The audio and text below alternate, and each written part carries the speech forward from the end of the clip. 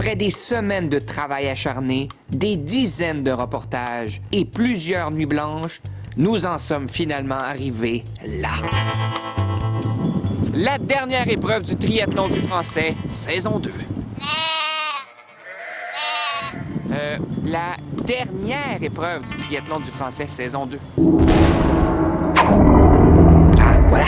C'est donc les équipes de jeunes journalistes qui ont brisé la glace, qui ont ouvert le chemin en s'attaquant en premier à leur dernier reportage. Le sujet de l'épreuve 3, le point de vue des moins de 30 ans sur la protection de la langue française. Bon, il semble que le thème vous ait inspiré parce que vous nous êtes arrivés avec des propositions très solides. Les cégepiens anglophones et la loi 101, les Acadiens en voie de perdre leur langue, ou encore la langue dans le rap québécois.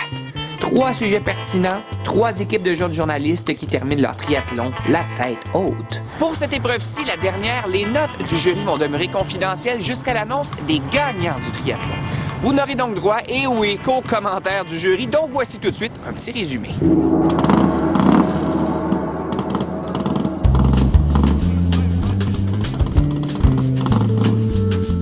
C'est surtout au niveau du sujet que vous avez eu des problèmes lors de la dernière épreuve, en particulier au niveau de vos reportages vidéo. Bien souvent, malgré la grande quantité d'intervenants que vous avez rassemblés, vous n'avez qu'effleuré le sujet sans vraiment le traiter en profondeur.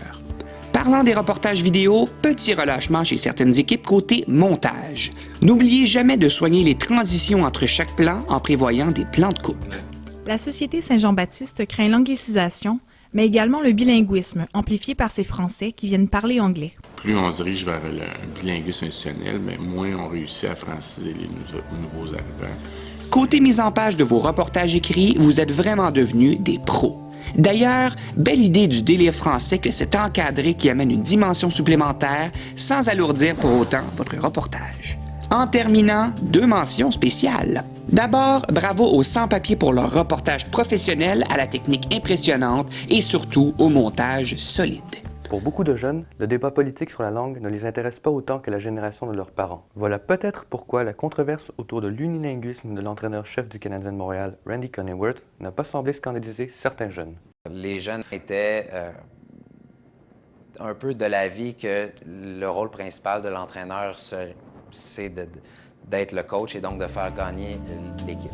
Aussi, belle réussite dans la dernière minute. Vous avez réussi à mettre des enfants en confiance lors de votre tournage. Moi, je suis d'accord avec ça parce que si tout le monde va oublier le français, c'est comme il n'y avait pas histoire avec la langue française. Chers futurs journalistes, vous avez terminé votre course folle. Bon, là, j'imagine que vous voulez connaître les notes du jury pour les reportages de l'épreuve 3 du triathlon. Ah!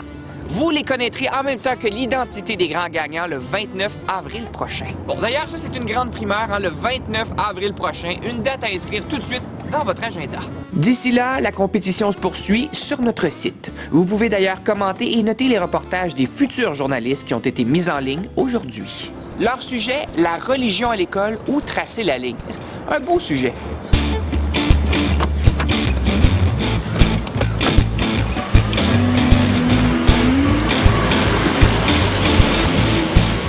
Quant à moi, je vous retrouve ici le 16 avril prochain pour un petit survol des reportages de l'épreuve 3 des équipes de futurs journalistes. Donc, le triathlon du français saison 2 achève, la course continue et là, on entre vraiment dans le sprint final.